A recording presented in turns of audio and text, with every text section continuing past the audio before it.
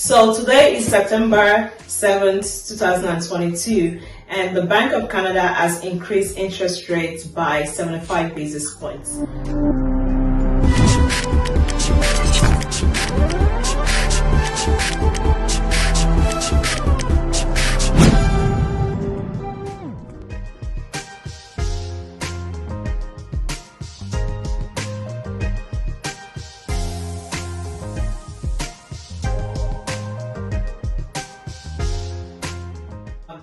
Again, welcome to my channel. It's Deborah from Rimas Real Estate Center. You can find me on Instagram at Debora Homes. And today we are discussing what are the benefits or what are the side effects of some of those things, the new interest rates policies. You guys know that I'm a real estate agent as well as an investor, so I'm looking at it from the lens of an investor.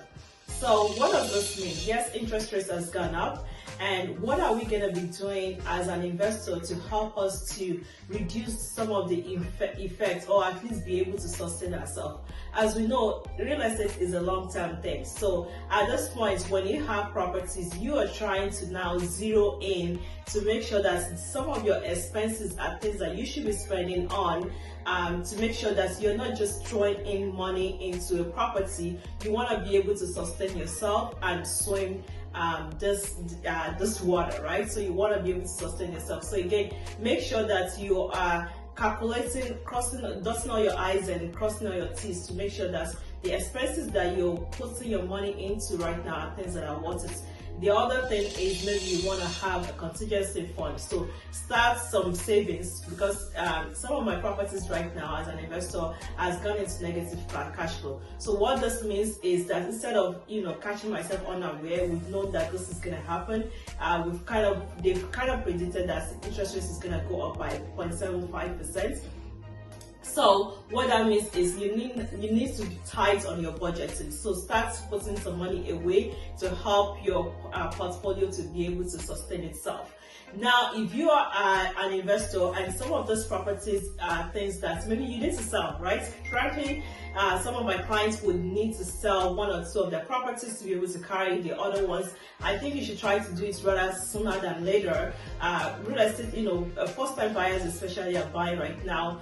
Investors are also just buying properties that make sense, right? So again, if you need to dump some of those properties to be able to have other properties that has multiple doors so that you can be able to sustain yourself and swim, this is what you need to do. So you should be contacting me. The other thing that you need to do is if you decide to buy at this time, I am still buying properties, but if the kind of properties I'm buying are not the kind of properties that I bought January of this year or last year, right? When you can just basically flip the coin and just buy anything. What you need to be doing right now is buying properties that you think is going to cash flow or be able to help you to carry your other portfolio. So you're adding properties into your portfolio that is going to help you break even in your portfolio. So if I have 4 properties that kind of make me 500 negative cash flow, but I bought this one that is now positive cash flow of $500, that helps me to break even my portfolio as a whole. So I hope some of those tips helps you. Now, the biggest thing, inflation, they're still working on inflation. We are not near where we need to be. But some of the things to help you sustain yourself through inflation is investing in yourself and making sure that you have the correct knowledge, the correct tool sets. This is not the time to just dabble and just do anything. This is the time to be sure of the kind of investment that you want to put your money into so that you can be able to combat this inflation. So what I'm saying is you need to educate yourself. What are the ways for you to buy other properties that are going to cash flow? What are the ways for you to use your money that you have in the bank to make more money, right? What are the things that I need to do if I'm flipping properties right now? You can also flip properties right now. It just means that I am discounting a lot what I can sell the property for if I would be selling it, right? So if I bought the property for $400,000 and I knew I could sell it for $600,000, maybe I want to tell myself that even if I get $550 and the numbers still make sense, that's the only reason why I will be buying that property. So again, I am crossing my eyes, dotting my I's and crossing my T's. We're not leaving any stone unturned, okay? And if you are a first-time buyer, this is definitely the time to be buying properties, because property has a discount right now. Even if you buy a property now and you're paying more in interest rates, but the price of the property has gone down, you are paying maybe a portion of this within the next 2-3 years.